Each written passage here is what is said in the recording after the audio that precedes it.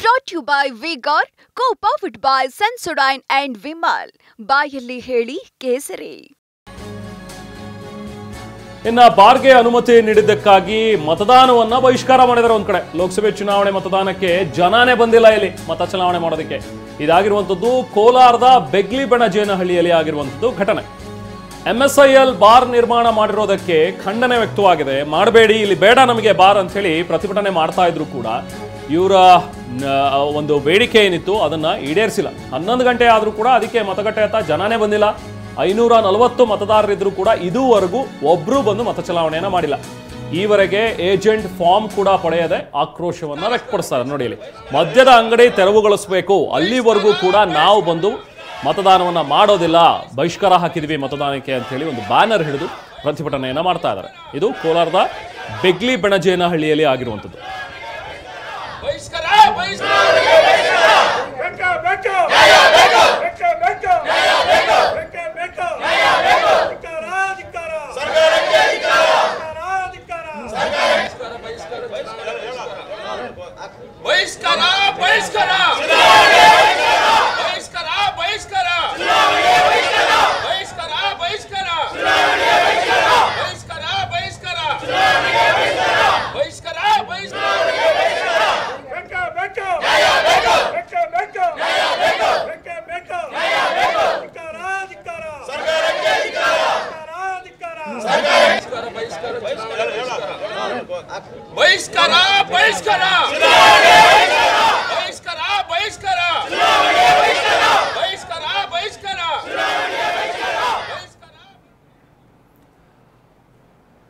So ಹಾಗೆ ಬಾರ್ಗೆ ಅನುಮತಿ ನೀಡಿದ್ದಕ್ಕೆ ಮತದಾನವನ್ನ ಬಹಿಷ್ಕಾರ ಮಾಡಿರುವಂಥದ್ದು ಕೋಲಾರದಲ್ಲಿ ನಾವು ಗಮನಿಸ್ತಾ ಇದ್ವಿ.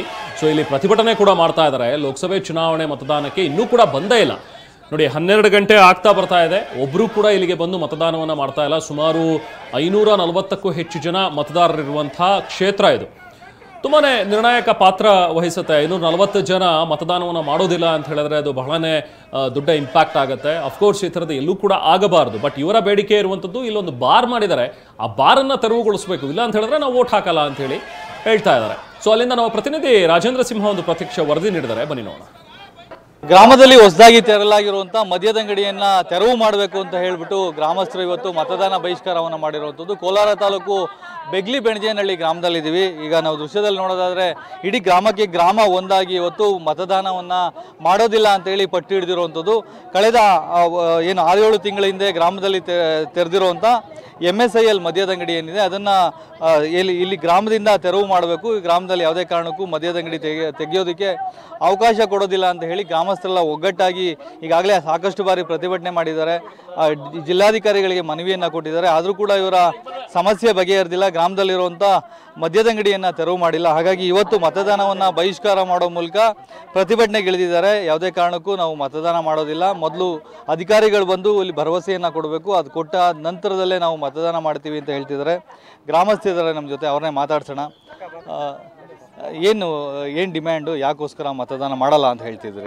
ಸರ್, ನಾವು 3 ವರ್ಷದ ಹಿಂದೆನೇ ಇಲ್ಲಿ MSIL ಬಾರು ಅನುಮತಿ ಕೊಟ್ಟಿದ್ರು ಸರ್. ಅದನ್ನು ನಾವು ಬೇಡ ಅಂತೇಳಿ ಕ್ಯಾನ್ಸಲ್ ಮಾಡಿಸಿದ್ವಿ. ಈಗ ದಿಢೀರ್ ಅಂತ ಒಂದು 3 ತಿಂಗಳಿಂದ ಸ್ಟಾರ್ಟ್ ಮಾಡಿದ್ದಾರೆ. ನಮ್ಮ ಇದೊಂದೇ ಅಲ್ಲಿಂದ ತೆರವುಗೊಳಿಸ್ಬೇಕು, ಬೇರೆ ಕಡೆ ಎಲ್ಲಿಗಾದ್ರೂ ಶಿಫ್ಟ್ ಮಾಡಬೇಕು. ಇಲ್ಲಿ ನಮ್ಮೂರಿಗೆ ಅನಾನುಕೂಲ ಆಗ್ತಿದೆ ಅನ್ನೋದೊಂದೇ ನಮ್ಮ ಸಮಸ್ಯೆ ಸರ್. ಅದನ್ನು ಅವ್ರು ಅಲ್ಲಿಂದ ಶಿಫ್ಟ್ ಮಾಡಿದ್ರೆ ಮೇನ್ ರೋಡಲ್ಲಿದೆ, ನಾವು ಇಲ್ಲಿ ಬಸ್ ಅನುಕೂಲ ಸರಿಯಾಗಿಲ್ಲ, ಹೆಣ್ಮಕ್ಳೆಲ್ಲ ಟೈಮಲ್ಲಿ ಬರ್ತಿರ್ತಾರೆ ಹೋಗ್ತಿರ್ತಾರೆ ಸರ್. ಸ್ಕೂಲ್ ಬೇರೆ ಇದೆ, ಮಕ್ಕಳೆಲ್ಲ ಓಡಾಡ್ತಿರ್ತಾರೆ. ಅಂತ ಜಾಗದಲ್ಲಿ ಅವ್ರು ಓಪನ್ ಮಾಡಿದ್ದಾರೆ, ಊರಿಗೆ ಅನಾನುಕೂಲ ಆಗಿದೆ.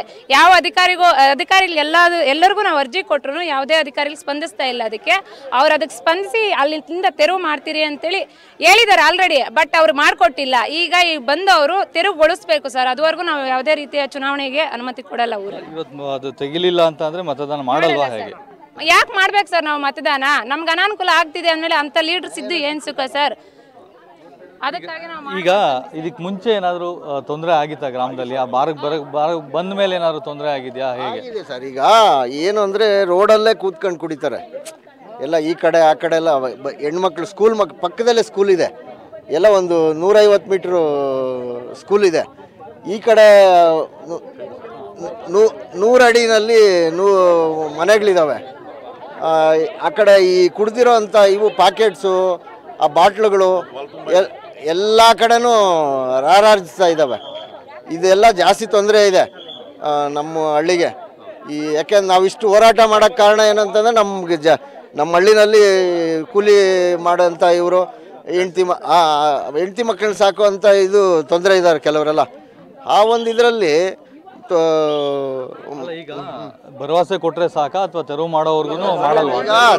ತೆರವುಗಳು DC ಅವರು ಇಲ್ಲ ಅಧಿಕಾರಿಗಳು ಯಾರೇ ಬಂದು ಅದನ್ನು ನಮ್ಗೆ ರೈಟಿಂಗಲ್ಲಿ ಕೊಟ್ಟು ತೆರವು ಮಾಡ್ತೀವಿ ಅಂತೇಳಿ ನಮ್ಗೆ ಇದು ಕೊಟ್ಟರೆ ನಾವು ಮತದಾನಕ್ಕೆ ನಾವೆಲ್ಲ ಒಮ್ಮತವಾಗಿ ಊರಲ್ಲಿ ಮತದಾನ ಮಾಡ್ತೀವಿ. ಇದಿಷ್ಟು ಗ್ರಾಮಸ್ಥರ ಮಾತು. ಅಧಿಕಾರಿಗಳು ಬಂದು ಭರವಸೆ ಕೊಡೋವರೆಗೂ ಕೂಡ ತಾವು ಯಾವುದೇ ಕಾರಣಕ್ಕೂ ಮತದಾನ ಮಾಡಲ್ಲ ಅನ್ನುವಂಥದ್ದು ಗ್ರಾಮಸ್ಥರ ಮಾತು. ಕ್ಯಾಮ್ರಾಮನ್ ಮಂಜುನಾಥ್ ಜೊತೆ ರಾಜೇಂದ್ರ ಸಿಂಹ, TV9 ಕೋಲಾರ. ಸೊ ಒಂದು ಕಡೆ ಕೋಲಾರದಲ್ಲಿ ಈ ಥರದ ಚುನಾವಣಾ ಬಹಿಷ್ಕಾರ ಕಂಡು ಬಂದರೆ, ಇನ್ನು ಮ್ಯಾಕ್ಲೂರಹಳ್ಳಿಯಲ್ಲೂ ಕೂಡ ಈ ಥರದ್ದೇ ಒಂದು ಘಟನೆ ವರದಿಯಾಗಿದೆ. ಕುಡಿಯುವ ನೀರು ಪೂರೈಸುವಂತೆ ಆಗ್ರಹಿಸಿ ಪ್ರತಿಭಟನೆಯನ್ನು ಮಾಡ್ತಾ ಇದ್ದಾರೆ. AK ಕಾಲೋನಿ ಬೋವಿಹಟ್ಟಿಯಲ್ಲಿ ಜನ ಪ್ರತಿಭಟನೆ ಮಾಡ್ತಾ ಇರುವಂಥದ್ದು. ಇದು ಚಿತ್ರದುರ್ಗ ಜಿಲ್ಲೆ ಹಿರಿಯೂರು ತಾಲೂಕಿನ ಮ್ಯಾಕ್ಲೂರಹಳ್ಳಿ. ಇಲ್ಲಿನ ಮತಗಟ್ಟೆ 122ರಲ್ಲಿ ಮತ ಚಲಾಯಿಸೋದಕ್ಕೆ ಇನ್ನೂ ಕೂಡ ಜನ ಬಂದಿಲ್ಲ. ಎಲ್ಲರೂ ಅಲ್ಲಿ ನೋಡಿ, ನಾವು ದೃಶ್ಯಗಳಲ್ಲಿ ನೋಡ್ತಾ ಇದ್ದೀವಿ, ಒಂದು ಕಡೆ ಜಮಾವಣೆಗೊಂಡಿದ್ದಾರೆ. ಅವರೆಲ್ಲರೂ ಕೂಡ ಕೇಳ್ತಾ ಇರುವಂಥದ್ದು ಇಷ್ಟೇ, ನಮಗೆ ಸರಿಯಾಗಿ ನೀರೇ ಪೂರೈಕೆ ಮಾಡ್ತಾ ಇಲ್ಲ, ಕುಡಿಯೋ ನೀರು, ನಾವು ಯಾಕೆ ಬಂದು ಮತ ಚಲಾವಣೆಯನ್ನು ಮಾಡಬೇಕು? ಒಬ್ಬ ಲೇಡಿ ಆಗಲೇ ನಾವು ಕೋಲಾರದಲ್ಲಿ ನಮ್ಮ ಪ್ರತಿನಿಧಿ ರಾಜೇಂದ್ರ ಸಿಂಹ ಮಾತಾಡಿಸ್ತಾ ಇದ್ದಾಗ ಹೇಳ್ತಾ ಇದ್ರು, ಈಗ ನಮ್ಮ ಜನಪ್ರತಿನಿಧಿ ಅಂತ ಇರೋದೇ ನಮ್ಮ ಸಮಸ್ಯೆಗಳನ್ನು ಆಲಿಸೋದಕ್ಕೆ. ನಮಗೆ ಸಮಸ್ಯೆ ಆಗಿದೆ ಅಂತ ಹೇಳಿದ್ರೆ ಅದನ್ನು ಸಾಲ್ವ್ ಮಾಡ್ಕೊಡೋದಕ್ಕೆ. ನಾವು ಸಮಸ್ಯೆ ಹೇಳಿದ್ರು ಕೂಡ ನಮಗೆ ಸಾಲ್ವ್ ಮಾಡಲ್ಲ ಅಂತ ಹೇಳಿದ್ರೆ ಯಾಕೆ ನಾವು ಜನಪ್ರತಿನಿಧಿನ ಆಯ್ಕೆ ಮಾಡಬೇಕು? ಯಾಕೆ ನಾವು ಹೋಗಿ ಓಟ್ ಹಾಕಬೇಕು ಅನ್ನೋಂಥ ಒಂದು ವ್ಯಾಲಿಡ್ ಪ್ರಶ್ನೆಯನ್ನು ಪಾಪ ಅವರು ಎತ್ತಿದ್ರು. ಅದೇ ರೀತಿ ಈಗ ಚಿತ್ರದುರ್ಗದಲ್ಲೂ ಕೂಡ ಕಂಡು ಬರ್ತಾ ಇದೆ. AK ಕಾಲೋನಿ ಬೋವಿಹಟ್ಟಿ ಇಲ್ಲಿರುವಂತಹ ಜನ ಯಾರೂ ಕೂಡ ಮತದಾನಕ್ಕೆ ಮುಂದಾಗಿಲ್ಲ. ಕುಡಿಯೋ ನೀರು ಮೊದಲು ಪೂರೈಕೆ ಮಾಡಿ ನಮಗೆ, ಆಮೇಲೆ ಬಂದು ನಾವು ಮತ ಚಲಾವಣೆಯನ್ನು ಮಾಡ್ತೀವಿ ಅಂತ ಹೇಳ್ತಾ ಇದ್ದಾರೆ. Brought to you by Vigor, co-powered by Sensodyne and Vimal. ಬಾಯಲ್ಲಿ ಹೇಳಿ ಕೇಸರಿ.